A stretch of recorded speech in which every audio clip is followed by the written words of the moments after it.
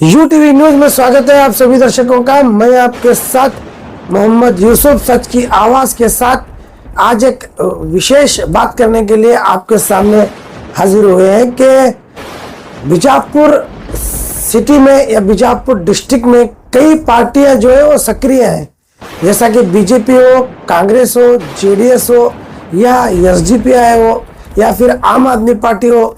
इसी तरीके से एआईएमआईएम और साथ ही साथ में एसडीपीआई पार्टी हो, ये सारे पार्टियां जो है बीजापुर डिस्ट्रिक्ट में सक्रिय हैं। छोटे से छोटा मुद्दा हो या बड़े से बड़ा मुद्दा हो या सरकार के खिलाफ आंदोलन करना हो या किसी भी बात को, किसी भी पक्ष को अब सामने रखना हो, तो ये सारे पार्टियां जो है बीजापुर डिस्ट्रिक्ट में अपना योगदान देते आ रहे हैं। अब कई दिनों से ये बात जो है सोशल मीडिया में बहुत तेजी से वायरल हो रही है कि बीजापुर डिस्ट्रिक्ट में एआईएमआईएम पार्टी के तरफ से अध्यक्ष उपाध्यक्ष जो है वो उनके पार्टी में, उनके संगठन में जो है बदलाव किए जा रहे हैं। और बागलकोट के इंचार्ज, बागलकोट डिस्ट्रिक्ट के प्रेसिडेंट एआईएमआईएम पार्टी के अब्दुल साहब जमादार ने बीजापुर पहुंचकर बीजापुर के लोगों को ये संदेश दिया कि बीजापुर के एमआईएम पार्टी में जो भी कार्यकर्ता हैं या जो भी अध्यक्ष उपाध्यक्ष है उनको बदलाव किया गया है।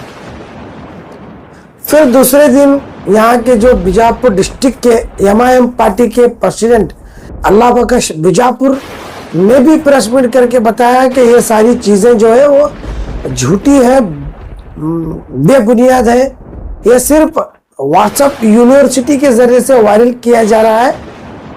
एमआईएम पार्टी में ऐसा कोई बदलाव नहीं हुआ है। तो यहाँ पर सबसे बड़ा सवाल ये उठ के आता है कि इस तरह के माहौल में, जबकि बीजापुर सिटी जो है वो महंगाई से बीजापुर के लोग परेशान है, गैस का रेट आसमान छू रहा है और महंगाई इतने बढ़ने के बावजूद ये पार्टी, एमआईएम पार्टी के अंदर ये जो उथल पुथल चला है, इस पर प्रेसिडेंट जो है आधिकारिक तौर पर कोई भी डॉक्यूमेंट्स नहीं पेश किए। ना ही वो बागलकोट के इंचार्ज अब्दुल साहब जमादार ने बताया कि पार्टी की तरफ से ये ऑर्डर आया है, ना ही बीजापुर डिस्ट्रिक्ट के प्रेसिडेंट अल्लाह बख्श बीजापुर ने बताया कि अभी भी मैं बीजापुर डिस्ट्रिक्ट का अध्यक्ष बना हुआ हूँ, यह ऑफिशियली ऑर्डर है या ऑफिशियली कोई पेपर्स है। तो आज ये वीडियो बनाने का मकसद यही है कि बीजापुर डिस्ट्रिक्ट जो है बहुत महंगाई से जूझ रहे हैं बीजापुर डिस्ट्रिक्ट के लोग। तो क्या वजह है कि एमआईएम पार्टी बीजापुर सिटी में अपना दबदबा हो या अपना वजूद हो बचाने में या बनाने में नाकाम हो रही है। इसके मुकाबले एसडीपीआई पार्टी जो है लोगों के बीच में सक्रिय होने का काम करती है। और जैसा कि दूसरे पार्टियां भी हैं, Congress party, BJP party, JDS party, आम आदमी पार्टी, ये सारे पार्टी जो है छोटे मोटे मुद्दों को उठाकर अपना मौजूदगी जो है बीजापुर सिटी में दर्ज कराते हैं। लेकिन एमआईएम पार्टी को क्या हुआ है? क्या एमआईएम पार्टी के बीजापुर अध्यक्ष को किसी का डर है बीजापुर डिस्ट्रिक्ट में अपना वजूद बनाने के लिए?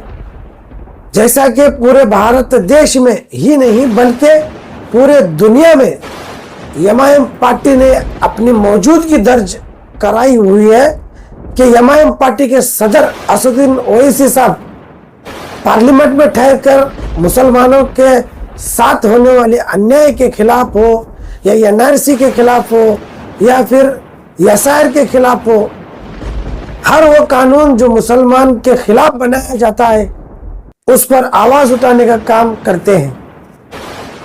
पूरे दुनिया में एमआईएम पार्टी के नाम से जो है जाना जाता है असदुद्दीन ओवैसी और अकबरुद्दीन ओवैसी को।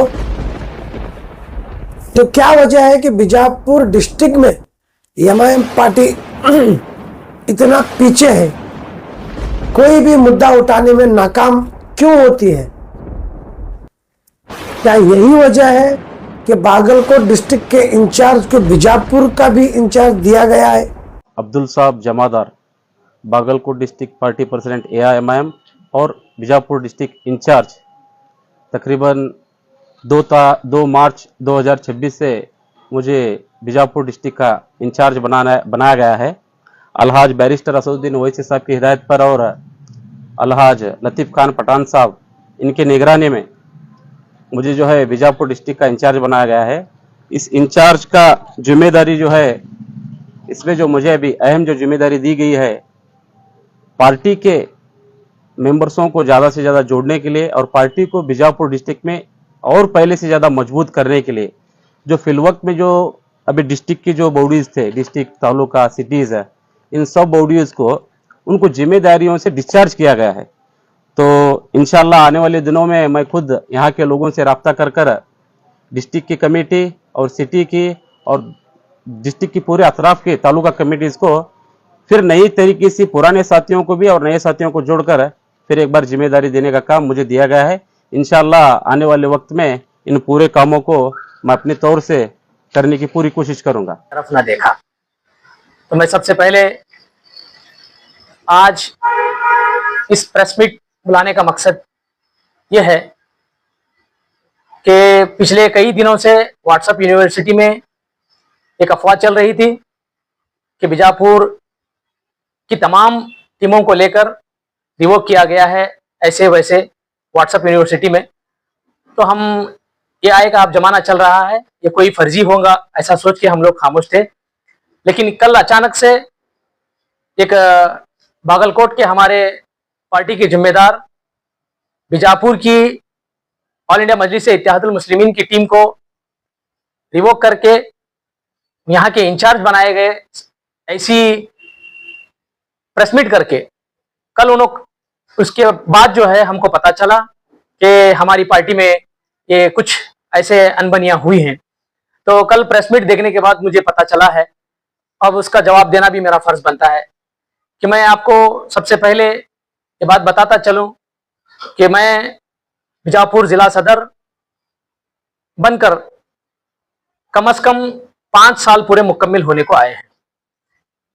मैं इसमें आपको एक बात क्लियर करना चाहता हूं कि कल की प्रेस मीट में जो हमारे बोले इंचार्ज जो हैं, अगर ये अनाउंसमेंट किए कि हमारे प्रेस के भाइयों ने उनसे सवाल किया कि अल्लाह बख्श भाई को निकालने का मकसद क्या है, और बोलने के साथ तो पार्टी में प्रोटोकॉल के हिसाब से 2 साल को प्रेसिडेंट चेंज कर रहे हैं, ये सब गलत अफवाहें हैं और ये गलत रूल्स एंड रेगुलेशन के हिसाब से हम लोगों को ये गलत न्यूज देकर लोगों को गुमराह करके ये काम किया गया है। अगर 2 साल 3 साल में अगर प्रेसिडेंट को चेंज करना होता तो मुझे सबसे पहले चेंज किए होते। अब तक मुझको चेंज करने का कोई मसला नहीं आया। और रही बात दूसरी, मेरे साथ में ही वो लोग प्रेसिडेंट बने थे, उनको भी रिवोक करना था, ये चीज गलत है। तो इसका मैं सबसे पहले ये मसला आपके सामने क्लियर करना चाहता हूं।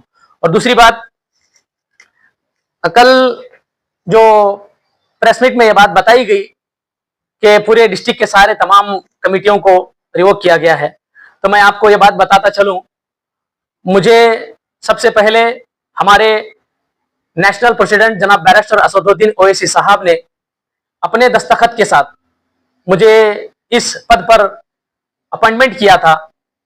अब स्टेट प्रेसिडेंट साहब अपने लेटर हेड पर पार्टी के प्रेसिडेंट पोस्ट को निकालने की बात कर रहे हैं। तो मैं हमारे प्रेसिडेंट साहब को ये बताना चाहता हूं कि नेशनल प्रेसिडेंट के ऑर्डर पर क्या स्टेट प्रेसिडेंट साहब उस ऑर्डर को रिवोक कर सकते हैं क्या?